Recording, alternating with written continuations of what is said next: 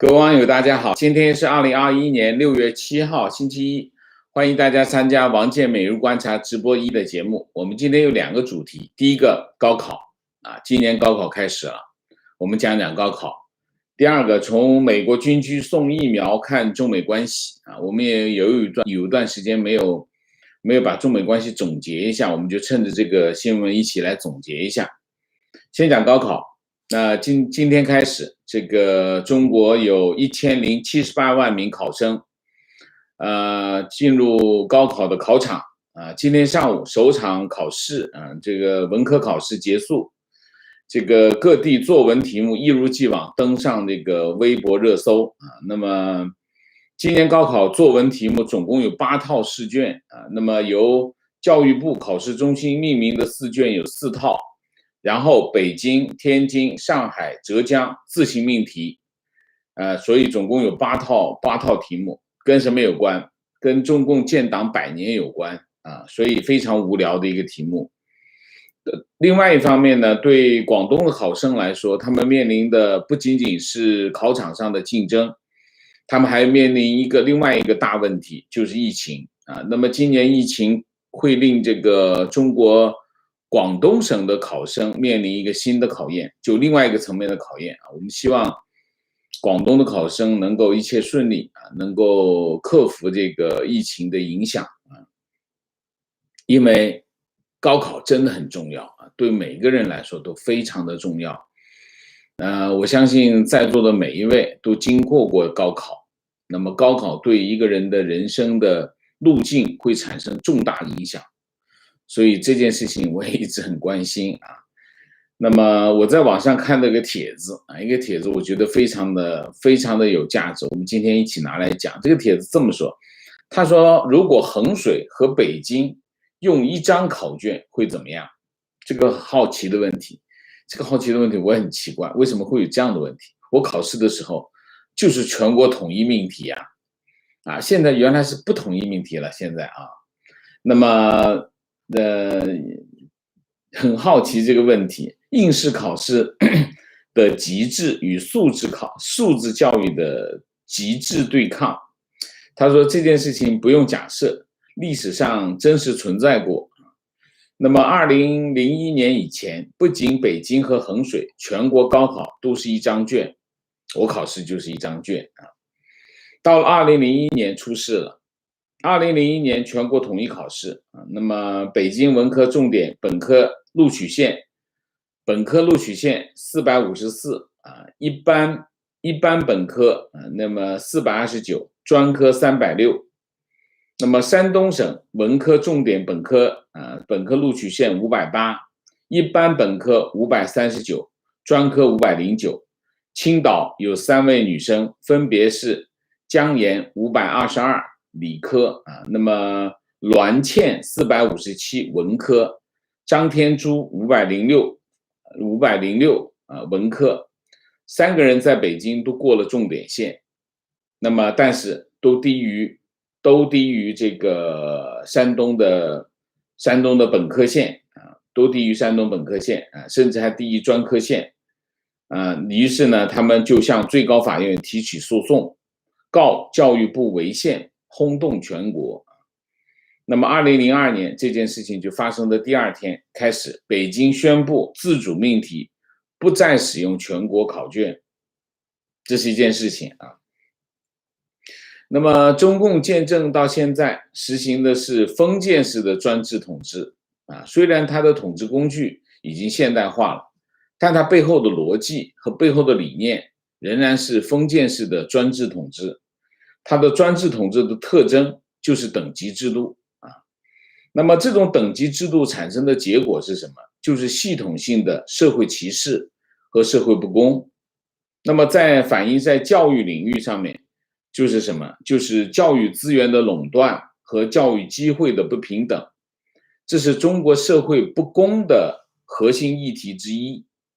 那你比如说考上大学我们在哪个城市考上大学的机会是不一样那么越是大城市，那么考上的机会就越高，越是小城市考上机会就越小，越穷的省份考上大学的机会就越小，越富裕的省份考上大学的机会越高啊，它就产生各种各样的不公平啊。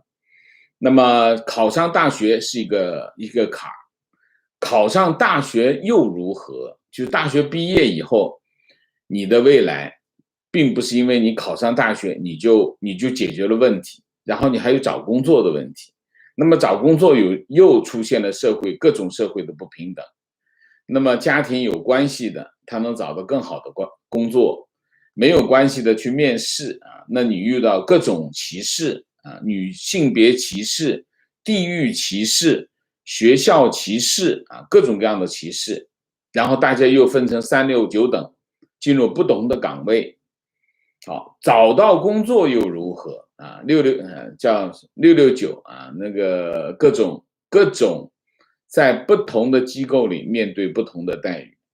所以但是从一开始啊，从考大学从这个开始，从考大学之前的学校开始，从学校的居住地开始，就是学区房开始，各种社会不公就已经开始啊。从幼儿园啊，我们的孩子从幼儿园开始面对各种不公的现象。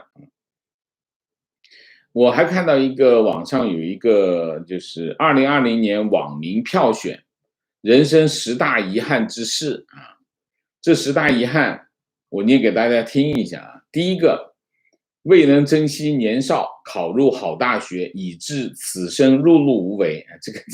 这个题目写的是真烂。2，悔恨结婚早，又选错人，错过初恋。3，子欲养而亲不在。4，入错行，选错专业，使得人生只能得过且过。5，忽略健康，错过疾病治疗最佳时期。6，浪费太多少年时光跟精力。7，买错房，投资失策。8，错过买房最佳时期。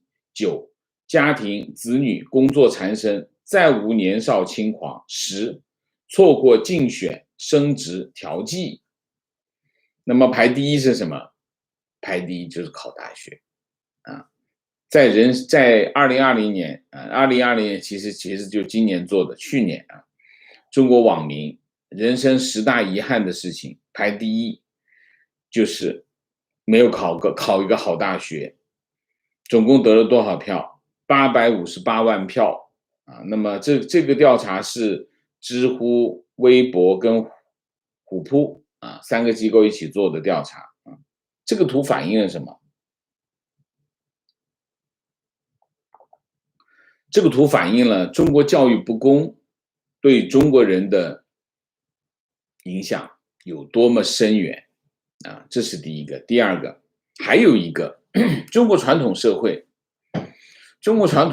是一个封建的等级森严的社会。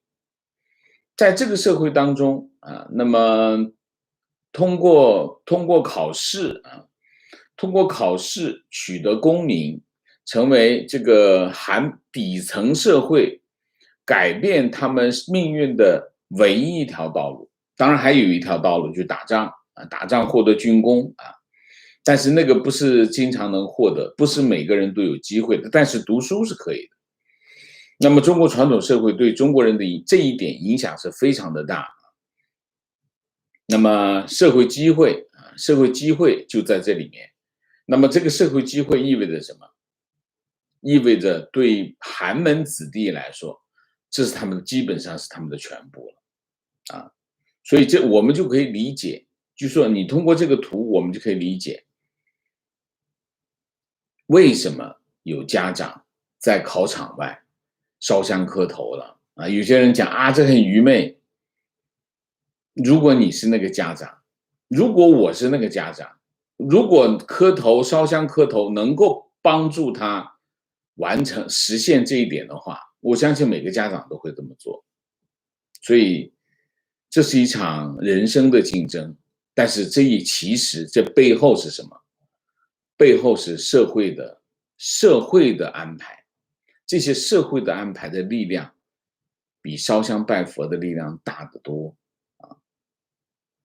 好，这第一个议题，今年高考我们就讲那么多啊。第二个，我们就讲讲这个美军用军用飞机运送其实没有运送疫苗，运送的是3名参议员啊，美国参议员达克沃斯，还有是参议员军事委员会成员啊，这沙利文和参议员外交委员会的成员库恩斯啊，6月6号突然访问台湾。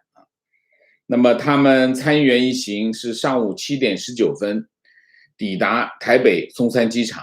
引人注目的是他们送他们去的这个飞机是美国的 C-17，庞然大物啊，这是个军用运输机，非常大。然后台湾的这个外交部长吴钊燮去机场接机然后3位这个参议员在台湾停留了3个小时。总统蔡英文在8点30分接见3位参议员。那么达克沃斯议员宣布，美国将赠送台湾75万剂疫苗。然后这个蔡英文就对他在这个松山空指部空军指挥部会见接见3位参议员。他说，这几天来，台湾和美国和日本的支持，让台湾有机会及时获得更多的疫苗，是台湾抗疫的一大助力，并感谢拜登政府伸出援手，将台湾列入第一波美国对外疫苗共享名单。疫苗对台湾是及时雨各位的帮忙我们会铭记在心再次展现了台美坚若磐石的情谊，蔡英文强调这个之后要透过与美国和日本等国的合作，令台湾能够度过眼前的挑战。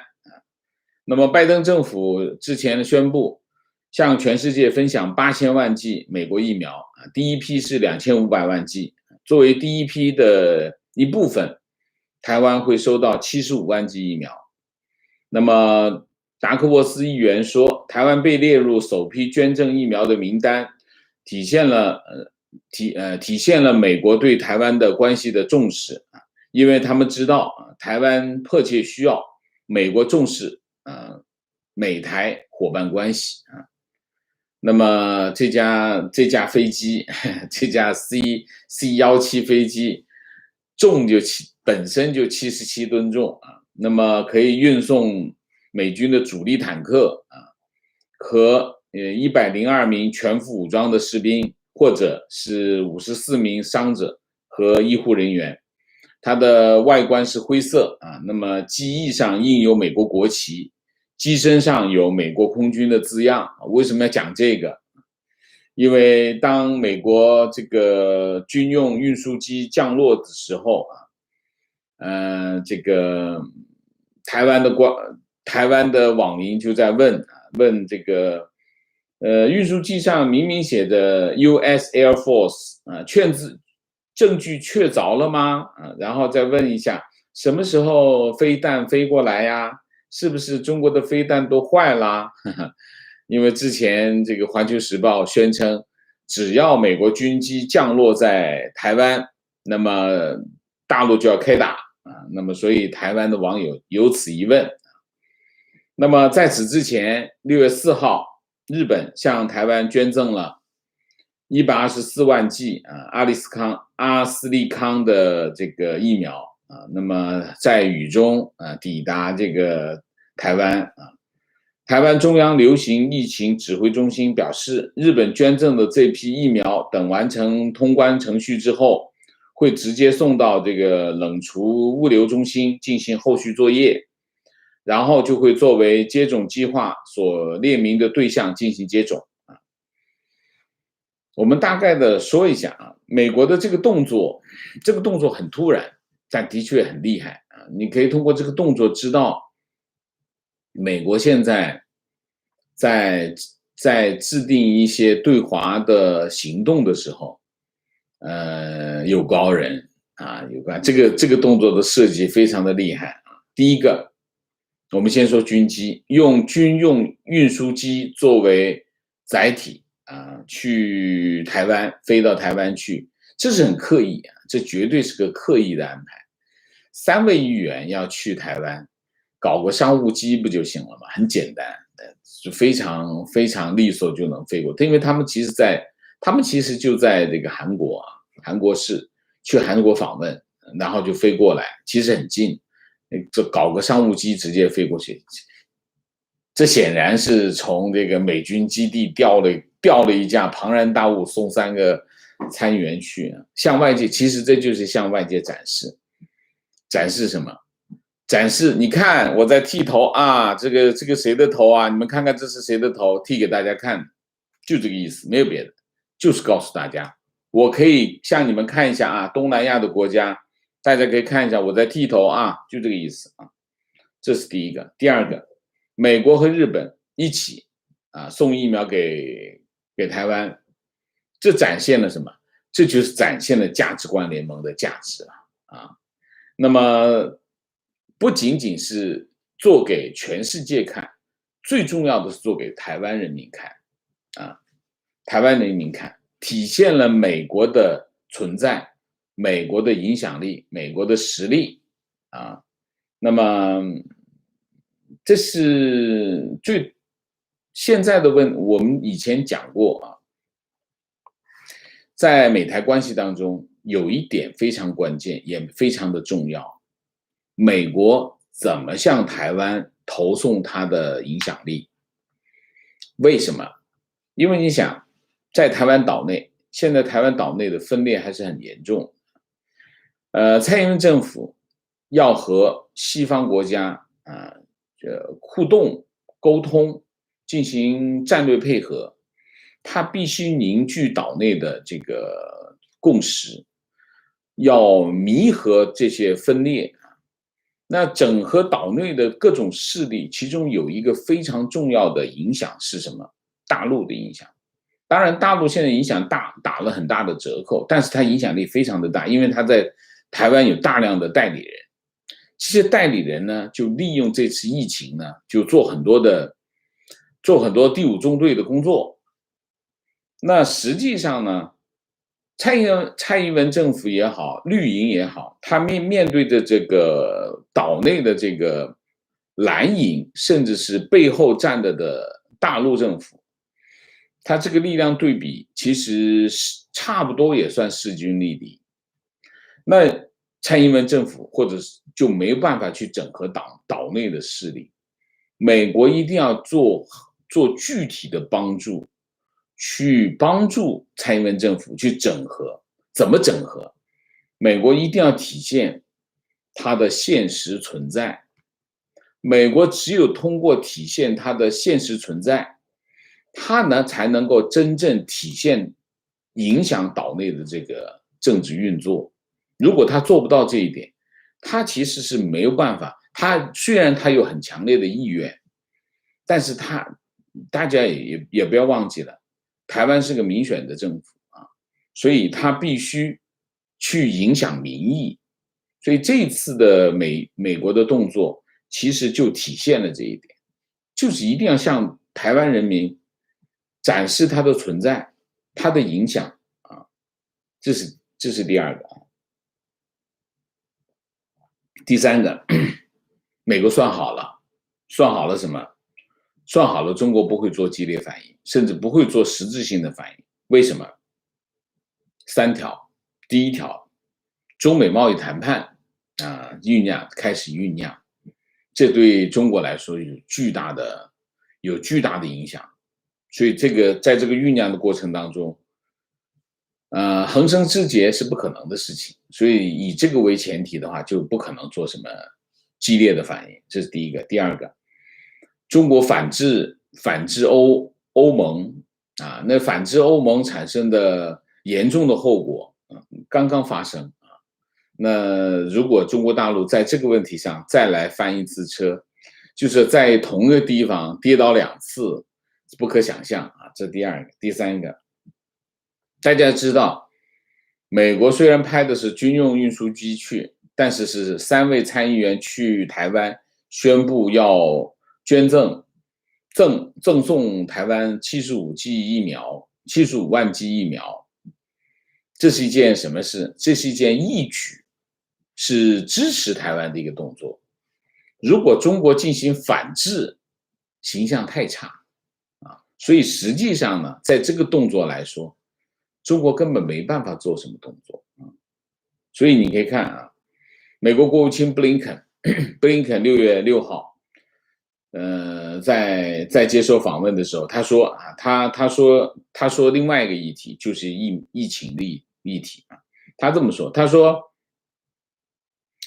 我们必须查清楚这个武汉肺炎病毒的溯源啊，重要的问题，这是我们能够防止下一次疫情，或者至少在缓解它方面做得更好的唯一途径。中国仍然没有给予我们所需要的透明度，没有让国际检察员和专家进入，也没有实时分享信息。这个必须发生，最终这样做也符合中国的利益。如果中国声称它是一个负责任的国际行为者，那么就必须尽其所能提供所有信息，以确保我们防止这种情况的再次发生啊。那么他的这个表态，你可以看他的表态跟之前有没有不一样？这个不一样了，为什么？这个态度非常的强硬啊，非常的强硬。这什么意思？美国继续在造势，造什么势？疫情追责啊。这个逻辑是什么？先要搞清楚病毒的溯源，病毒到底从哪里来？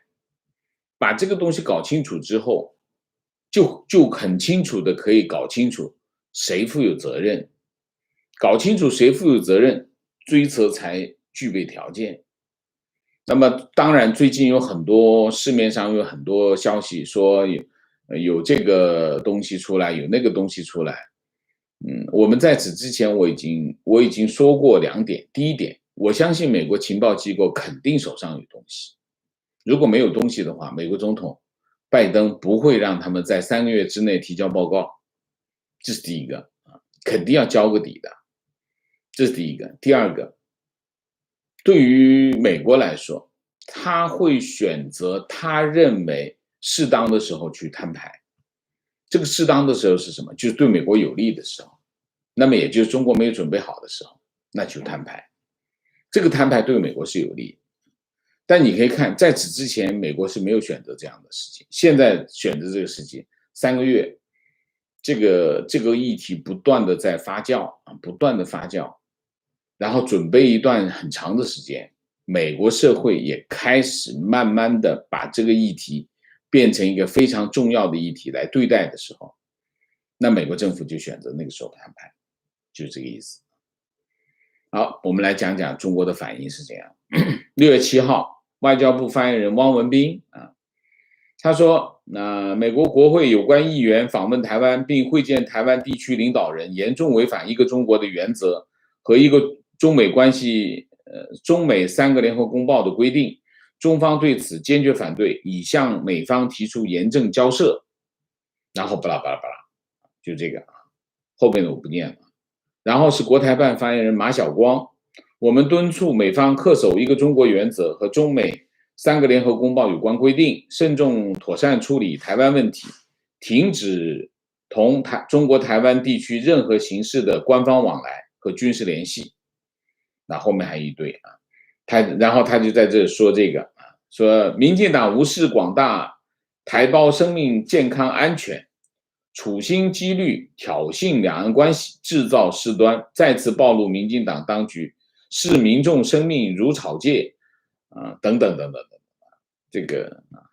这个民进党政府接受美国的疫苗，然后他说无视台胞人民的生命健康，这怎么讲得过去呢？这是国台办外交部。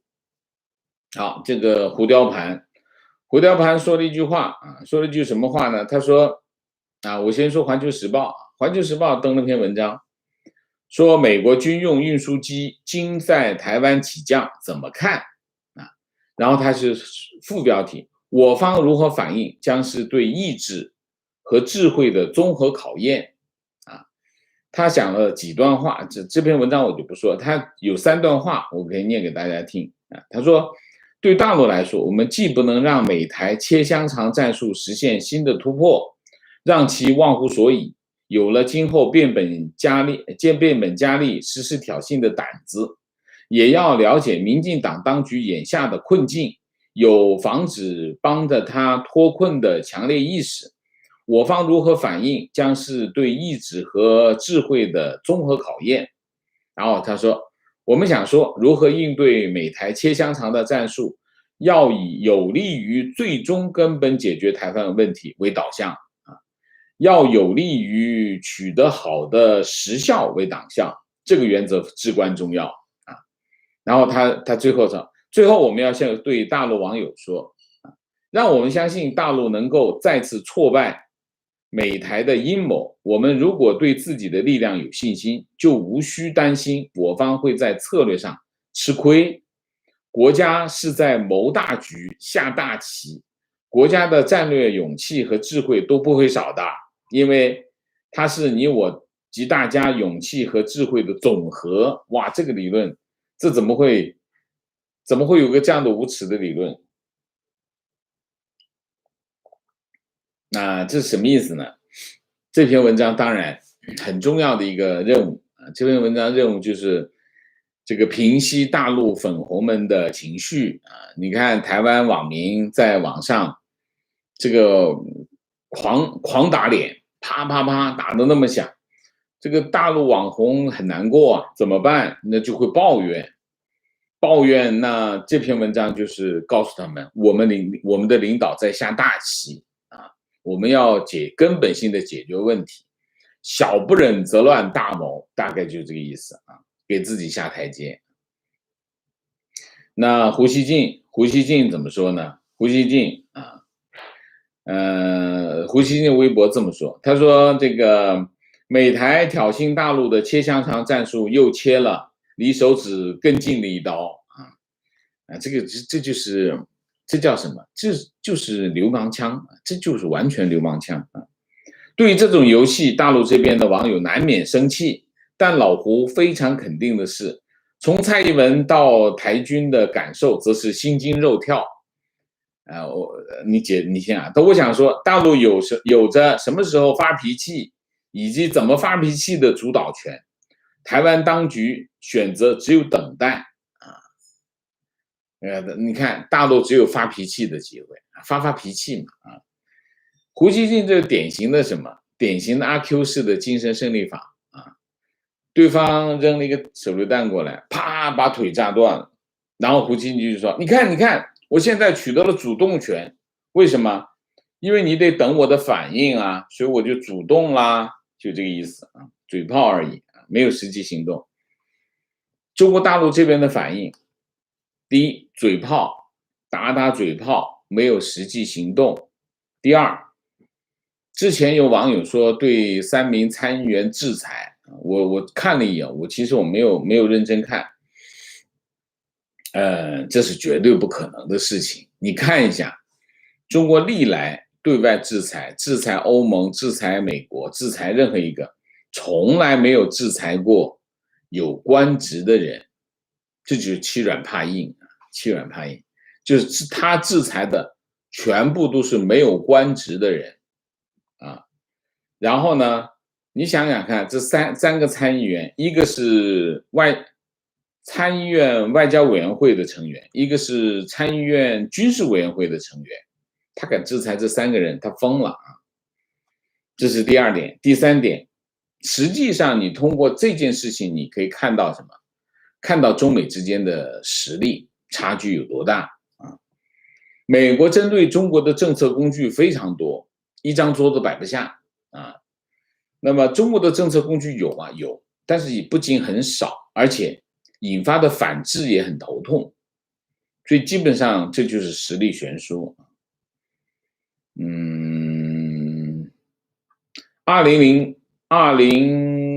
去年6月9号。美国一架 C-40A 军用运输机从台湾上空飞越，当时中国的反应是什么？外交部发言人这个华春莹说美方此举严重违反国际法、国际关系准则，中方对此坚决反对，予以强烈谴责。巴拉巴拉巴拉巴拉。然后国台办发言人朱凤莲，美军机飞越台湾，损害我主权、安全、发展利益，违反国际法、国际关系准则，是一起非法行径和严重挑衅。我们对此表示强烈不满，坚决反对。你看，1年过去了，去年的是6月9号，差不多时间1年过去了。你看美国在台湾的动作更大，深度广度都超过历史水平。中国这边没有任何办法，既不能阻止，也不能做出强烈的反应。说明什么？大家还记得今年3月18号，杨洁篪在中美战略对话的开场白说了当着全世界的媒体，特别当然主要是中国媒体，说了一句非常中国媒体大量引用的一句话。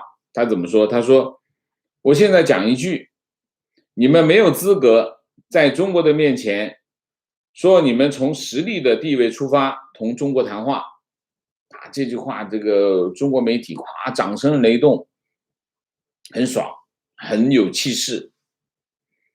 2个半月过去，中国开始为杨洁篪的这番表演付出代价。第一，中美之间的对抗强度更大，美国对中国进行的对抗措施越来越成系统，越来越有针对性，越来越用意长远。这是第一个，就是中美之间的对抗。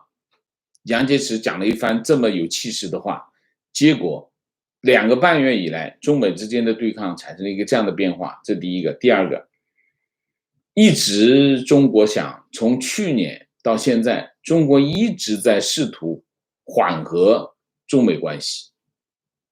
那么这对中国来说非常具有战略意义中国希望降低双方对抗，但这个意图失败，完全没有实现。这是第二个。第三个，美国通过恢复和盟友的合作和关系，整合整个西方国家对抗中国。于是呢，中美之间的对抗的这个力量对比发生了巨大的变化。其实原来美国实力就很大，但是美国有很多问题要解决，因为它世界警察嘛，它有很多问题要解决。所以力量对比其实虽然实力悬殊，但是美国毕竟它有很多的领域。所以呢，但是美国现在把整个西方国家联合起来，这力量对比一下就起来了。所以中国陷入了外交的孤立这是第3点。第4点，中美在所有的领域都展开了高强度的对抗，从南海到台湾海峡，从贸易战到科技战。中国现在的情况是处处被动它的外交动作，你现在看中国的外交的动作基本上是被动性的或者是回应性那么美国派军机送3个参议员去台湾，那么反映什么呢？反映第一，美国和台湾协调一致，送疫苗给台湾，打击了大陆趁着台湾疫情反弹采取的这个攻势。其实呢，中国的疫情根本就没搞定，自己打疫苗都没打完，到处搞这个疫苗外交他自己的事情没搞定，对着台湾指手画脚，非常小丑，真的是非常小丑。你看现在广东省的疫情什么情况？广东省现在情况是2点。第一点，应该是广东的7个城市都开始全部停下打疫苗，干什么？全部在做核酸检测，停止打疫苗，展开核酸检测。这个动作背后是什么含义？2个含义。第一个，疫情在扩散，从广州、佛山扩散到深圳其他的城市， 7个城市，现在7个城市在打全员，就是整个城市打这个核酸检测，整个城市核酸检测，当他做这个动作，意味着他要把疫苗停下来啊，因为疫苗会有残留啊，不打那个疫苗停下来，疫苗产生的残留会导致这个核酸检测不准确，所以全部停下来，说明疫情在扩散，他需要进行核酸检测，把受感染的人找出来，全员检测那是很厉害的啊。我们之前刚刚讲，这些城市全部都在调集医护人员去广州，广州因为进行全员检测，所以他人手不够啊，要进行支援他。那现在这么多城市都在全员检测，你说该怎么办？所以应该会需要其他的省进行支援，这是第一个。第二点影响，什么？第二点影响说明什么？说明疫苗不可靠。如果疫苗可靠，你没有什么想法，使劲打疫苗就对了，对吗？建立这个群体免疫，建立群体就等于在疫苗前面竖起墙，它出不去了，它不就死在那里了？你现在问题是，你要让大家全部停下打疫苗来做核酸检测，有个基本判断就是疫苗不灵，疫苗不灵，没有办法用疫苗来解决现在当前广东疫情的问题，那怎么办？疫苗停下来，核酸检测，所以你自己的问题没搞定，你还在那指手画脚，这不是小丑是什么？这是第二点。第三点，美国的这个动作，一方面它是有政治意涵啊，另外一方面它也反映了美国在印太地区的战略重点其实就是台湾。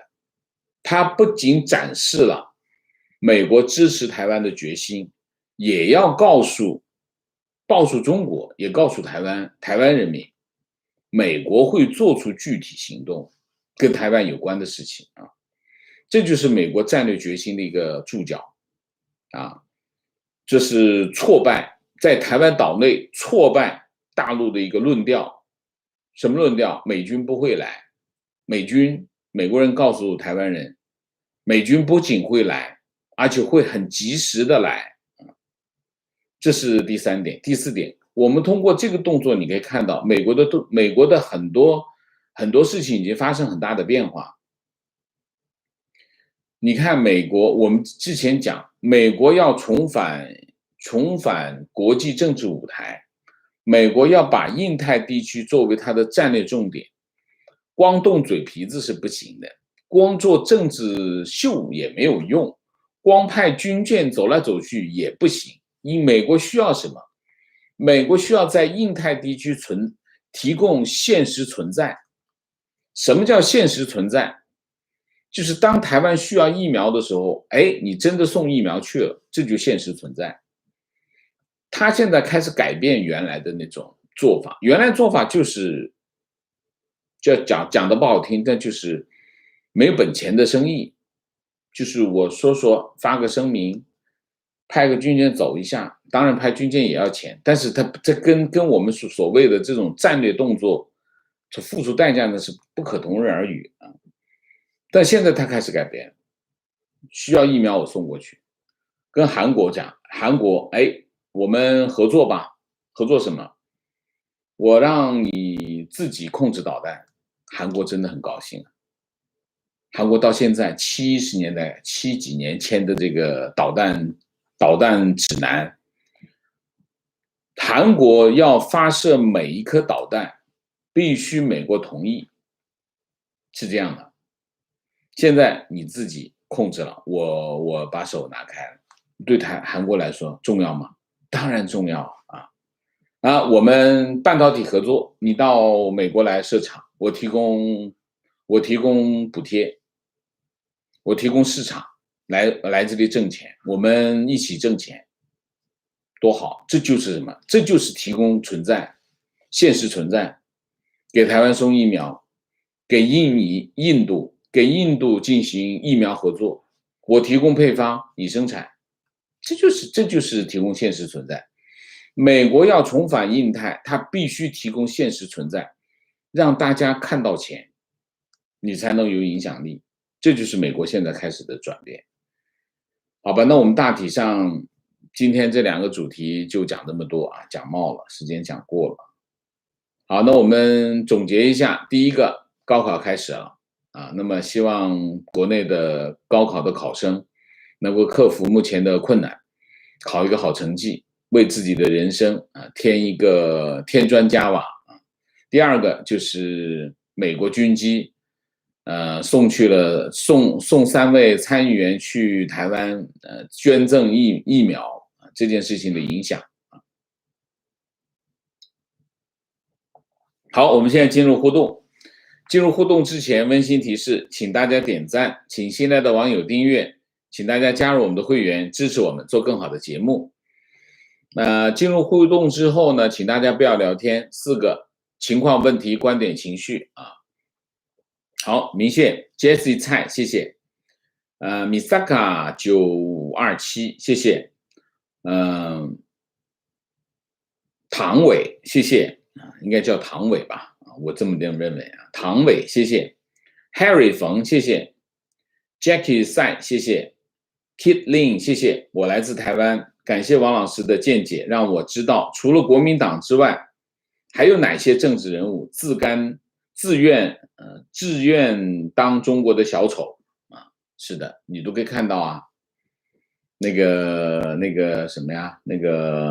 就那么多啊，就是台湾那个台北市的市长，丑吧，非常丑啊。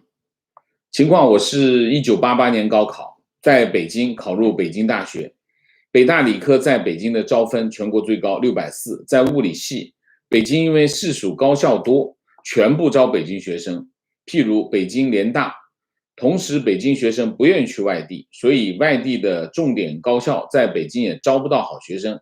这给外地人一个错误的印象，北京学生水平低，北京学生水平当然不低，当然很高啊。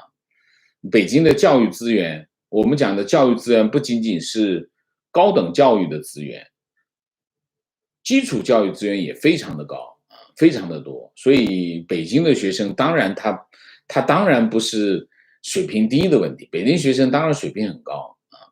但是我们之前讲的那个例子是什么？讲的那个例子就是北京不仅仅教育资源集中，北京获得的教育机会比别人多，这才会导致北京的分数。你在北京的88年高考，我们是同年啊，你是考640，北大理科生在北京的招生全国最高640啊，说明什么？说明北京的学生在北京大学的这个选择当中竞争最高，没别的，这不能够反映我刚才讲的问题啊。观点，有多少人考好，就有多少人考差。应该说，即使你考差，也不要灰心，要对未来有信心。我们先不说这个问题，先考完再说，好吗？就是要考好啊。观点，台湾等到了疫苗援助，美军运输机访台，国内的一点消息也没有，这件事是瞒不住的，国内舆论也没有一片沸腾，所以国内全是小粉红义和团的假象，是中共一手炮制的，非常正确。大家不要以为网上见的那么多啊，这么多原来中国人全是这么想的，不是的。你看到的场景，你看到的现象，全是安排的，真实的情况天知道。有没有小粉红？当然有啊，但是是不是那么多，那么普遍，也未必啊。提问，请问王先生，为什么是军机运送，同时还搭载了参议员，是不是有深意？你显然没有看我们的节目，把视频倒过去再看一遍，好吗？提问，美国军用运输机抵台，是否会间接打击中共政权对台湾民众的权威性？中共政权对台湾民众哪有权威性？没有什么权威性。中共政权怎么会对台湾有权威性？欺骗性是有的啊，权威性不存在。观点：希望未来美国可以驻军台湾，可以让中共在武统台湾的问题上闭嘴。可能性不是没有啊。提问：台湾之前由于疫情爆发，因此导致台湾人对台湾缺少疫苗这件事情有许多抱怨，有许多人开始阴谋论说台湾政府是为了推国产疫苗故意阻挡外国疫苗，也有许多民间团体纷纷跑出来说要购买疫苗，但是这些民间团体许多根本没有管道及能力购买国外疫苗，许多台湾人却觉得政府故意阻挡。请问王健老师，你觉得这里面有中国网军在兴风作浪吗？还是单纯的台湾人对疫情的恐惧心理？台湾言论自由，台湾人对自己的社区很投入，每个人都希望能够帮忙做点事情。政府做的不对，台湾人站出来批评政府，这都是非常正常的事情，非常正常、非常合理的表现。所以前一阵子出现这个情况，没有什么。当然，中共在里面兴风作浪，蓝军里面有一部分中共的代理人在中间搞事情、做文章，也不意外，也不意外啊。所以怎么说呢？我还是那句话，我对台湾很有信心，我觉得台湾做得很好。然后现在有日本、有美国帮忙，我觉得这件事情也很快会得到很好的结果。台湾社会，它的整体发展水平很高，台湾民众配合政府去控制这个疫情的表现也非常的优秀，一直以来都非常优秀。我不觉得现在会突然一下不优秀了，就像不优秀的人突然一下优秀了，你觉得可能吗？都不可能。所以我觉得，恐惧心理肯定会有。你想一下，疫情突然上升了，每个人都在害怕。但是其实我觉得很重要的2点，第一点，你本身的医疗系统是不是健全，是不是发达，医疗资源是不是充足，这是第一点。第二点，民众是不是支持，是不是配合，就这2点。这2点台湾都很优秀。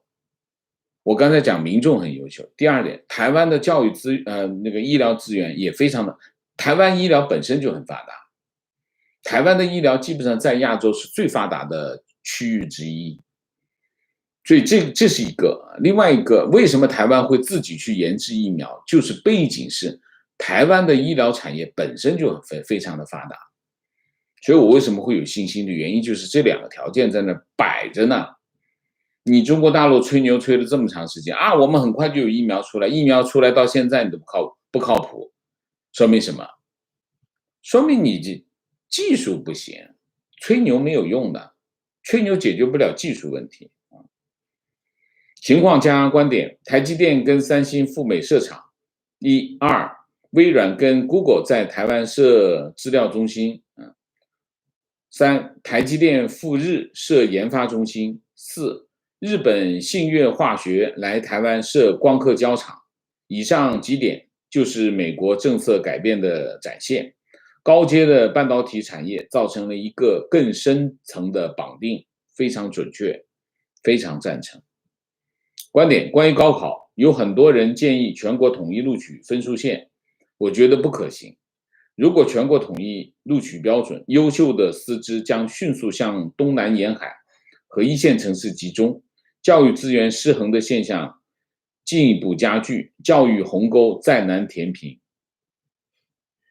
你觉得你能够证明这个理论成立吗？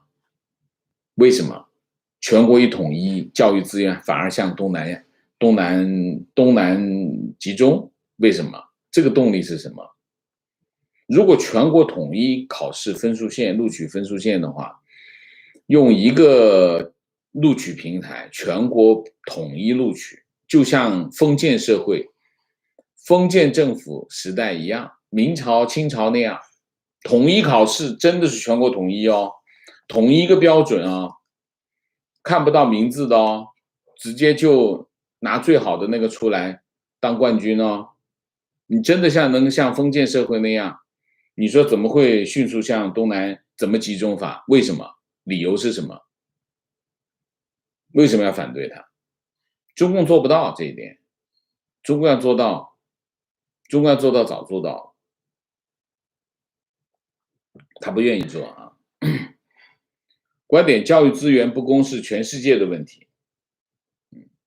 是吗？啊，所以你就可以继续不公是吗？我不念你的情况。学校的全世界的教育不公和中国的教育不公是不一样的，不是一个层次的问题。你不要拿来说这个事儿啊。情况，学校的自主招生名额一半在招生办，一半在院系领导手里。二类本科，二类本科点招名额20到40万一个啊，就是买了啊。一类本科50万以上，211、985就更高，猖狂到基本明码标价地步。6、7年曾经牵线操作过120万，安排一个不学无术富二代去读研，到导师手里50万，院领导40万，其他的钱都花到洗浴中心会所了。这就是刚才反对那个全国统一招生的网友，你可以好好的再学一遍啊。提问：大陆初中生40%的升高中率，其中不能复读。请问王老师，这个剥夺另外60%的学生读高中的政策，属于侵犯人权吗？当然，中国侵犯人权的现象是全世界最严重的。当然是，我一直在讲这个问题，天天说大国崛起，先把初中生升高中的权利给我提供了，再说大国崛起的事情。你连初中升高中的这个权利都不能够普及到每一个初中生的身上，你谈什么大国崛起？我不想说脏话，大家知道我说的是什么。情况日本也有统考，但是没有分地区而定的合格分数线。CCP 做事总丢不掉自己那份特殊待遇和特供，就是这样。你要说公平，你就公平嘛，可以啊，没问题啊。我对应试教育没有意见。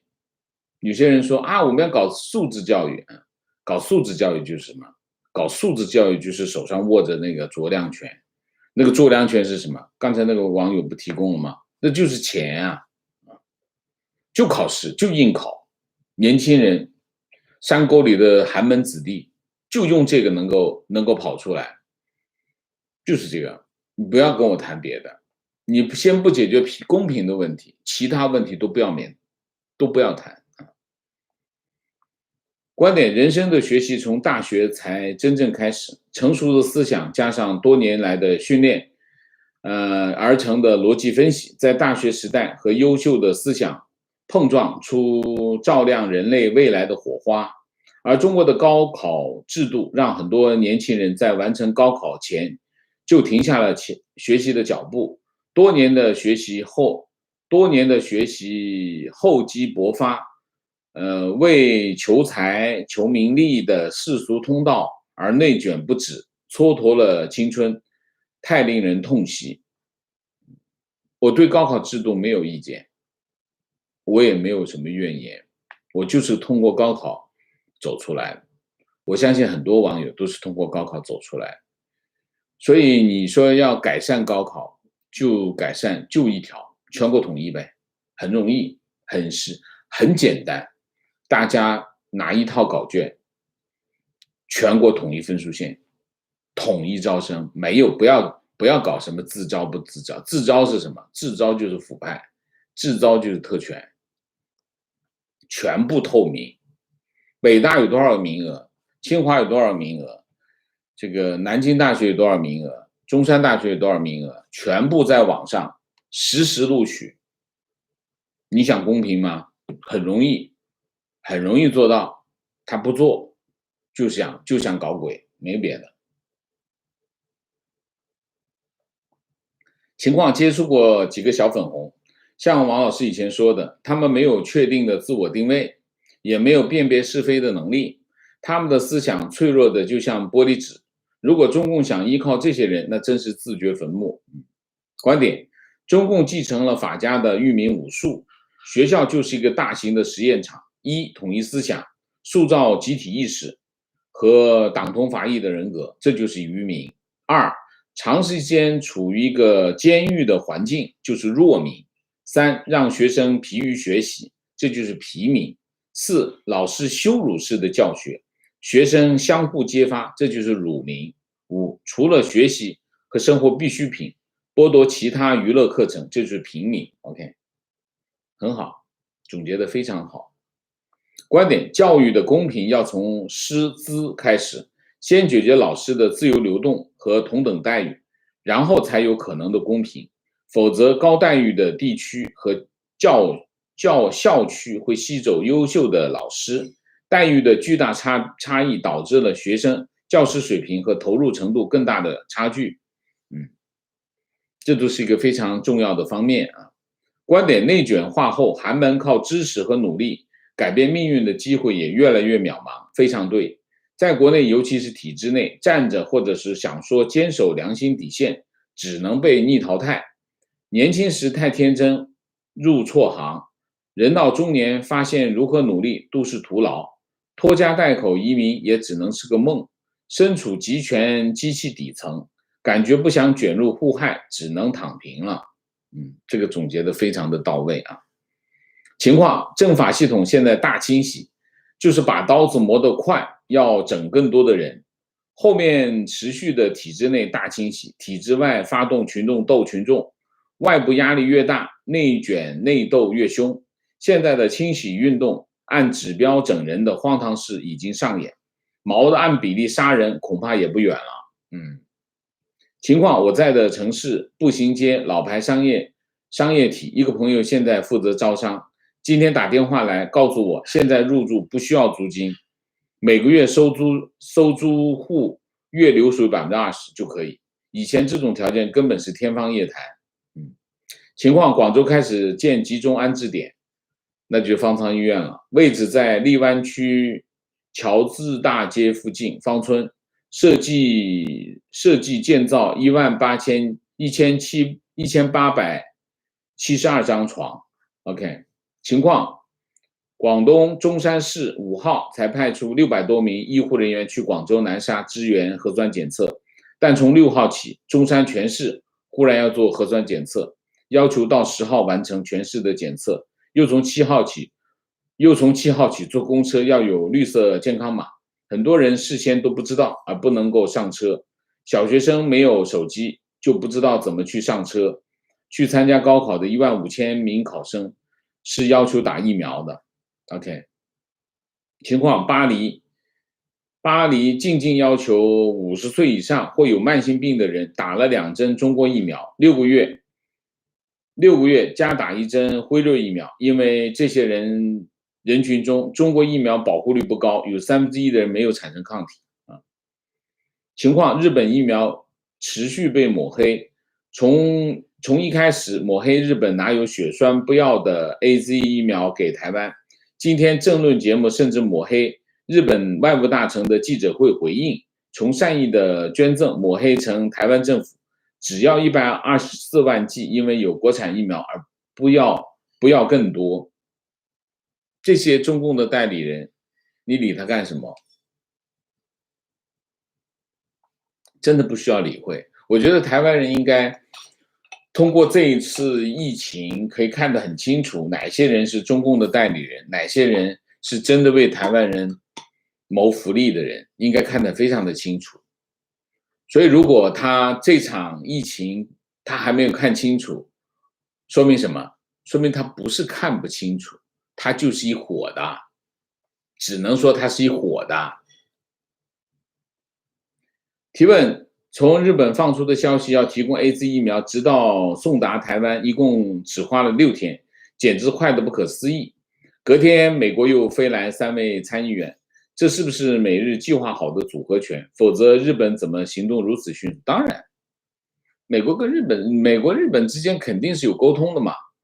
美国、日本、台湾肯定这三方之前已经沟通过了嘛，怎么会不沟通过呢？一定是沟通过的嘛，对吧？你送礼，你得看看对方什么情况。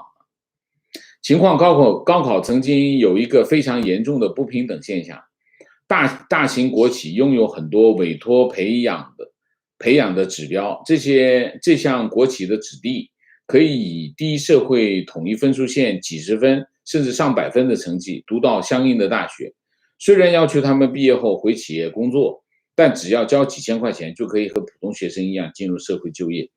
那这种就多了去了，体育加分，什么这个分那个分加分。中国的高考是目前中国社会唯一有公平性质的一件事情，但它本身并不公平。它本来是一个公平的事情，它就让它做的不公平，所以就是这样。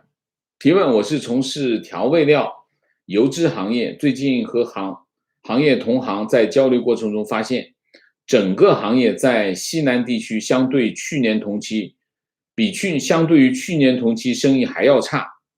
请问王老师，第一，在经济低增长内卷加剧时代，尤其是20大后，国内宏观经济走向会进一步恶化，失去内在动力。第二，个人不认同大陆这种红砖高压监控的价值观，想要换环境，出国寻找机会，又担心20大后各方面情况会更加不利，打算20大前出去，请问时机是否适合？20大跟经济有关系吗？应该有一定的关系。通常来说，一换届，然后呢，经济就会有一个反弹的一个这样的现象。你可以看一下以往差不多都会这样。为什么？新官上任三把火，一上来之后，好，我就搞我要搞的项目啊。当然之前的项目能照顾就照顾啊，前任领导的项目能照顾就照顾，照顾不到那我主要搞我自己的项目。所以呢，一般来说，新官上任三把火，所以通常换届之后的当年会好一点，次年就这个效应就会下降啊。那这次20大的情况会不会同样呢发生呢？也会同样发生啊，新官上任三把火这件事情同样会发生，但是这件事情的效应在下降。下降的原因是什么？下降原因两个，第一个，地方政府借的钱太多了，它本身你想现在的地方政府大概有1/3，全国31个省，大概有10个省，它每年的省级财政，它的每年的财政收入有一半拿来还债，它已经借了那么多的债，它不是还本付息要一半的财政收入。所以他现在其实地方政府债台高筑，他再去大规模借债可能性不大，这是第一个原因。第二个原因是什么？第二个原因现在就是我之前讲过，现在中国官场的一个文化发生了变化。发生了什么变化？以前中共的这种叫什么？中共的这种激励机制 ，GDP 怎么样 ？GDP 大，党内有地位；GDP 不行，党内没地位。要升官，看看你 GDP 的成果怎么样。GDP 成果不行啊，那他的政治对手会说话，他就没办法提拔他。这党内的激励机制是这样。现在呢，这个党内的这个权力斗争虽然很激烈，习家影响力已经主导了，主导到什么地步呢？我不用管。我就把我的人给提过来就行。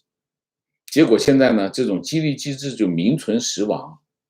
现在在官场呢，一方面呢，靠边站的人呢，那当然就躺平。躺平什么意思？我不出事就行，反正我也没机会，靠边站了嘛，不是那条线上。是那条线上的人呢，领导来了，做个样子给他看就行。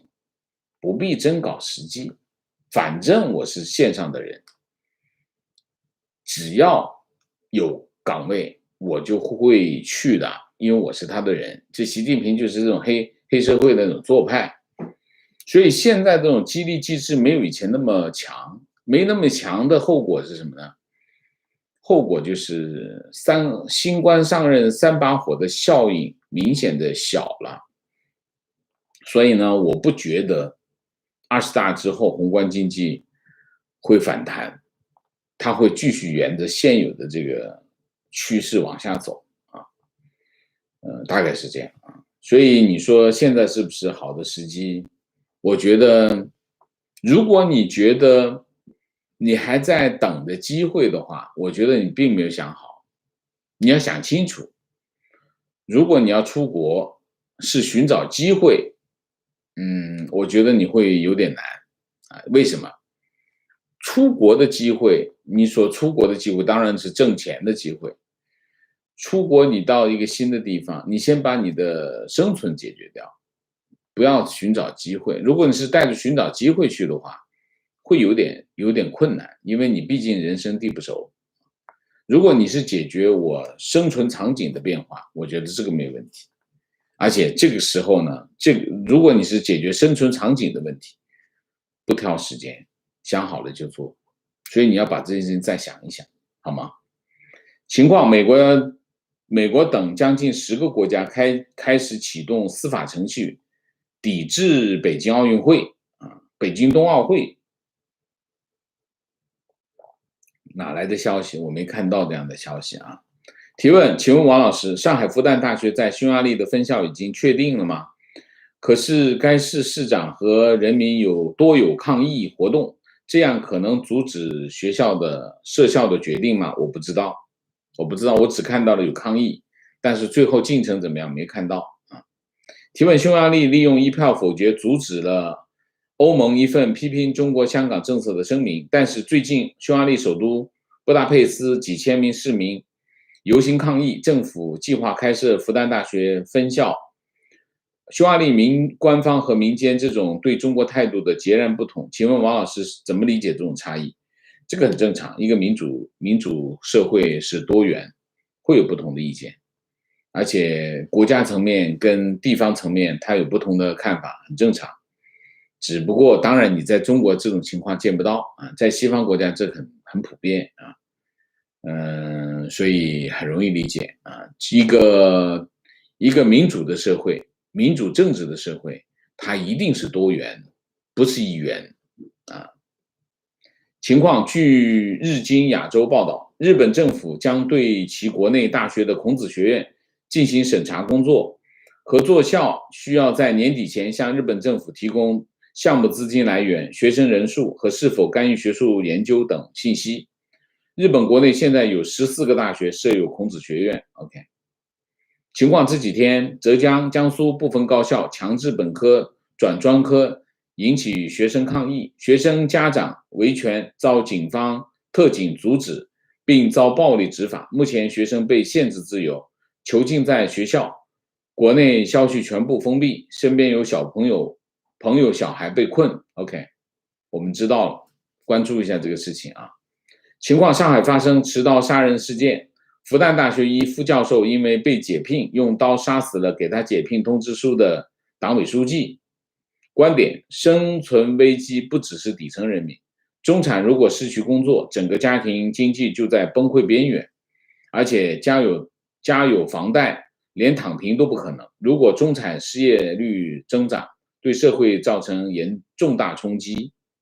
情况，中国教育不公不仅仅是一次公平的高考可以解决，寒门子弟有多少可以交得起大学学费？中国这么贫富不均的国家，更需要推广社区学院和技校，而不是尖子式的学士制、硕士制学院。而这种一考定终身的高考，只是极少数贫困地区学生的出路。在国外，职业牌照比学历更重要，起点低的人可以通过持续终身学习打出上升通道。跨学科学习在国外也很常见。OK， 观点，有朋友问，关于小孩子学习教育的问题，我曾想过很久，采取的方法是：一，在某 APP 上购买一套少年经济学课程，每晚睡觉前带孩子一起听一听，就10多分钟，听完一起交流一下课上的观点，让孩子从经济学的角度培养自己的逻辑思维，同时还增加跟孩子的感情。二，对于教育类课本上的一些错误观点，用提问的方式让孩子自己思考，辨别是非，而不是主动告诉孩子其实有多黑暗。提问想听听王老师对大一统思想的认知，总觉得怪怪的，说不上来。大一统就是皇帝的阴谋啊！皇帝最怕什么？国家分裂，对吧？皇帝最怕国家分裂，国家分裂了，他皇帝当不成啊。对老百姓来说，皇帝是这个皇帝跟那个皇帝有区别吗？没有区别。所以大一统跟老百姓没有1毛钱的关系。对于一个管理层来说，对于一个国家中央政府来说，怎么样保持这个国家的吸引力是他们的责任，而不是每个国民的责任。国民的责任就要看这个政府是不是为国民谋利益，就这么简单。至于这个国家是不是应该统一，是不是维持一个大一统一的国家，看这个国家是不是让大家觉得需要在一起。如果大家都觉得不需要在一起，你为什么让它统一？这是个很简单的问题啊。观点：国内的资金被富豪贪官们都转移了，北大清华不是出国就是当官了，哪有什么学术研究？缺乏了资金又缺乏了研究人才，哪有什么科技进步？那个鸿蒙是个笑话。 OK， 明谢刘温66大顺啊，谢谢米卡卡，谢谢。